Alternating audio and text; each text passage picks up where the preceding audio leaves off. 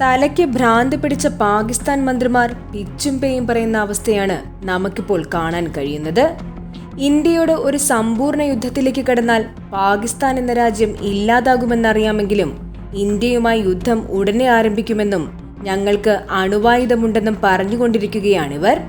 എന്നാൽ ഇന്ത്യയാകട്ടെ പാകിസ്ഥാന്റെ പ്രകോപനകരമായ വാക്കുകൾക്ക് മറുപടി നൽകാൻ തയ്യാറല്ല എന്ന നിലപാടാണ് സ്വീകരിച്ചിരിക്കുന്നത്.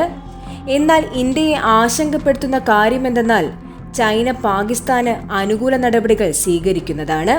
ഇപ്പോൾ തന്നെ അവരുടെ നിരവധി മിസൈലുകളും നിരവധി ഡ്രോണുകളും പാകിസ്ഥാന് കൊടുത്തു കഴിഞ്ഞു. നാളെ പാകിസ്ഥാൻ ഇന്ത്യയുമായി ഒരു യുദ്ധത്തിൽ ഏർപ്പെട്ടാൽ ഇന്ത്യക്ക് പരമാവധി നാശനഷ്ടങ്ങൾ ഉണ്ടാക്കുക എന്ന ലക്ഷ്യമാണ് ചൈനയ്ക്കുള്ളത്. എന്നാൽ ഇതൊന്നുമല്ല ഇന്ത്യയും റഷ്യയും ചിന്തിപ്പിക്കുന്ന കാര്യം. ലോകത്തിലെ ഏറ്റവും മികച്ച എയർ ഡിഫൻസ് സിസ്റ്റമായ S-400 റഷ്യ നൽകിയിട്ടുള്ളത് ഇന്ത്യയും ചൈനയും അടങ്ങുന്ന വളരെ കുറച്ച് രാജ്യങ്ങൾക്ക് മാത്രമാണ്.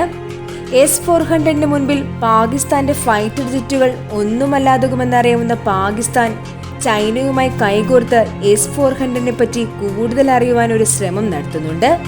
ഇതിൽ S-400 പ്രവർത്തനശൈലിയെപ്പറ്റിയും പോരായ്മകളെപ്പറ്റിയും അതിനെ മറികടക്കുവാനുള്ള തന്ത്രങ്ങളെപ്പറ്റിയും ചൈന പാകിസ്ഥാനിൽ പറഞ്ഞുകൊടുക്കാൻ സാധ്യതയുണ്ട്. അതുകൊണ്ട് തന്നെ ചൈനയ്ക്ക് റഷ്യയുടെ താക്കീത് ലഭിച്ചു എന്ന രീതിയിൽ ഒരു വാർത്തയും പുറത്തു വരുന്നു. അതേസമയം പെഹൽഗാമിലെ ഭീകരരും സുരക്ഷാ സേനയും തമ്മിൽ ഏറ്റുമുട്ടൽ നടന്നു. ഭീകരർ ത്രാൽ കോക്കർനാഗ് വനമേഖലയിലെന്ന് സൂചന ലഭിച്ചിട്ടുണ്ട്. സൈനികർ ഭീകരരുടെ തൊട്ടു പിന്നാലെ തന്നെയുണ്ട്.